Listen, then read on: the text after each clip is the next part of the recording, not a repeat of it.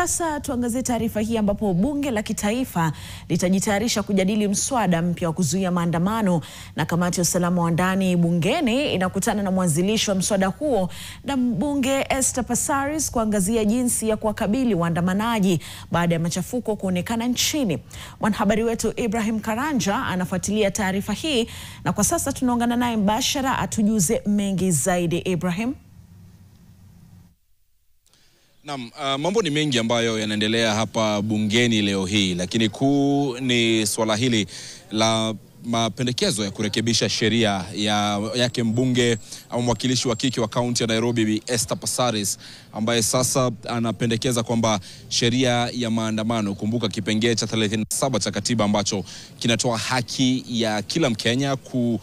haki ya kukongamana pasipo na kujihami, pasipo na silaha yoyote, na kuandamana na kuwasilisha maombi yoyote katika ofisi yoyote ya serikali. Na sasa kuna huu mswada ambao unapendekeza kurekebisha sheria ya Public Order Act, na sasa Passaris akisema kwamba inahitajika wakati wa maandamano kutengewe eneo fulani la waandamanaji kuandamania. Na nikiangalia tu baadhi ya vipengee katika sheria hiyo, pia ikisema kwamba wakati wa maandamano waandamanaji hawafai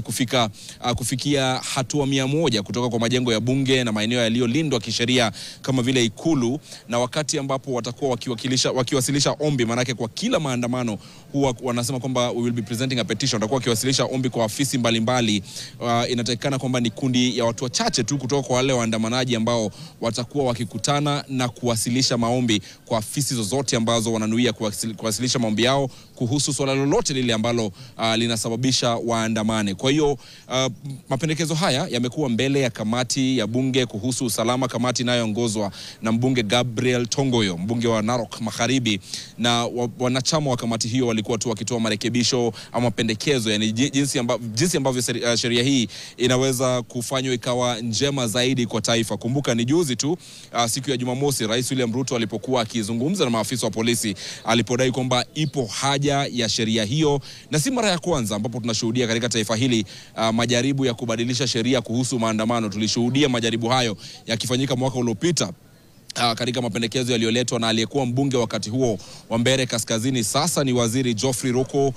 lakini sheria hiyo kwa wakati huo ulikwama, na sasa Passaris amerejea na kusema kwamba ipo haja ya kurekebisha jinsi ambavyo maandamano yanafanyika, ili maandamano yasije yakawa yanaharibu biashara na yanatatiza maisha ya Wakenya wengine ambao hawataki kuhusiana na maandamano hayo. Kwa hiyo bado Passaris atakuwa